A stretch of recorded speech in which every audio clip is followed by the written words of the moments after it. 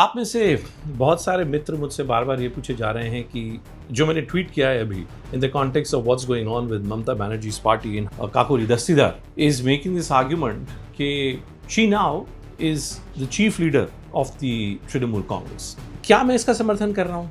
देखिए, मैं इसका कोई समर्थन नहीं कर रहा हूँ, लेकिन मैं आपको खाली एक भारतीय राजनीति का एक मूल सिद्धांत जो है उसको मैं आपके सामने पेश करने का प्रयास कर रहा हूँ। अब मूल सिद्धांत क्या है? मूल सिद्धांत ये है कि देखिए, पिछले 5 से 7 साल में हमने देखा है जब कोई बड़ी पार्टी एक बार चुनाव हारती है, उसके बाद वो जो बड़ी पार्टी होती है ना, उसके जितने अपने लोग होते हैं वो सब के सब अपने लिए कुछ नए रास्ते तलाशने लगते हैं। जो काम हम इस वक्त तृणमूल कांग्रेस में होता देख रहे हैं वो एग्जैक्टली कुछ वैसा ही है।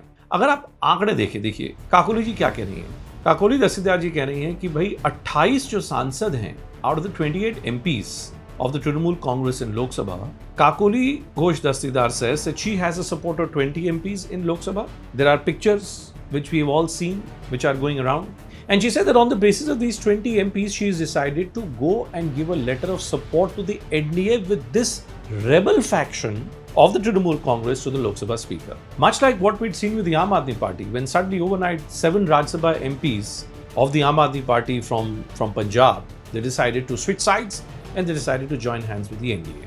अब चाहे वो ममता बनर्जी हों, जिन्होंने हार के बाद उनकी पूरी की पूरी पार्टी हम देख रहे हैं कि उनके हाथ से बिछड़ती जा रही है, या फिर वो अरविंद केजरीवाल जी हों, जिनके साथ हम देख रहे हैं कि जैसे ही दिल्ली की सत्ता उनके पास से गई और जैसा लगने लगा कि पंजाब में भी उनके ऊपर संकट के बादल मंडरा रहे होंगे, उनके अपने साथी उनसे बिछड़ के जाने लगे। एक और आज इंडिया गठबंधन, इंडिया जनबंधन बन रहा है। दूसरी ओर हम देख रहे हैं कि राज्यसभा के जो चुनाव हो रहे हैं झारखंड में, कर्नाटका में, वहां पे किस प्रकार से जो संख्या है, if you were to simply say that a particular party has a certain number of first preference votes and on the basis of those first preference votes, straight away 2 candidates in a particular state should be going through. That's not happening.